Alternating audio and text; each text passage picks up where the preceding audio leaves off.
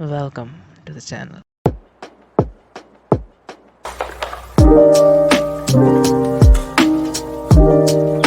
Hey, I am Jatin Roy, and today we are starting with General Anatomy lectures.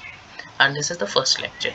And in this, we will be covering two questions, that is, what is anatomy and how it can be approached.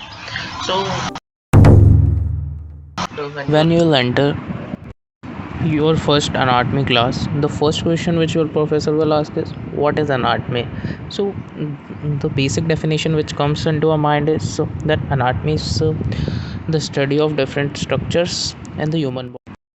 It's correct but slightly incomplete because anatomy is basically made up of four subjects.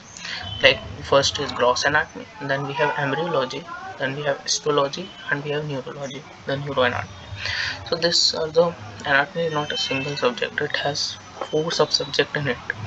So when we tackle so when someone asks us what is anatomy, so they are asking generally about the gross anatomy definition. So gross anatomy definition will be, it is a study of structures, the microscopic structures which are present in the human body. And a generalized definition, if we see, so this is the generalized definition, that is anatomy includes those structures that can be seen grossly without the aid of magnification and microscopically with the aid of magnification. Use a microscope, then that comes into the histology. So basic definition of histology will be, it is a study of body structures at the microscopic level. Okay, then let's come into the second question, that is how can gross anatomy be approached. So it is basically approached as the systemic approach and the regional approach. So in systemic approach, we study each and every system.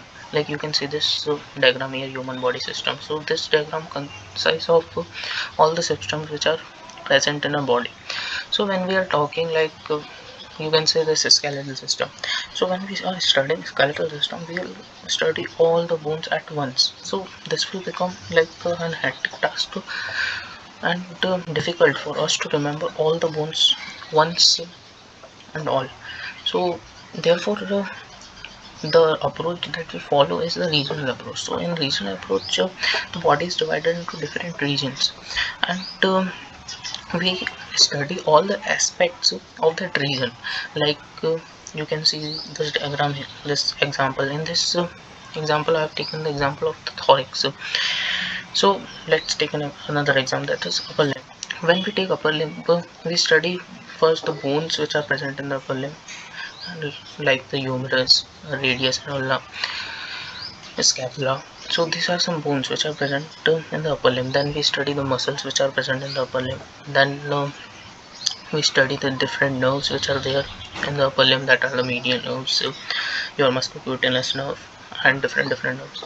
Then we study the arteries and veins which are supplying the upper limb.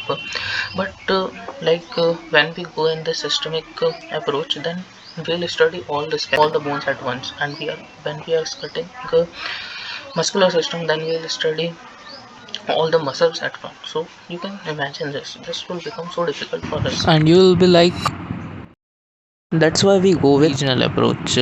That's it for today's lecture, and in the next lecture we'll be covering anatomical terminologies. Dangerous, though I don't back down.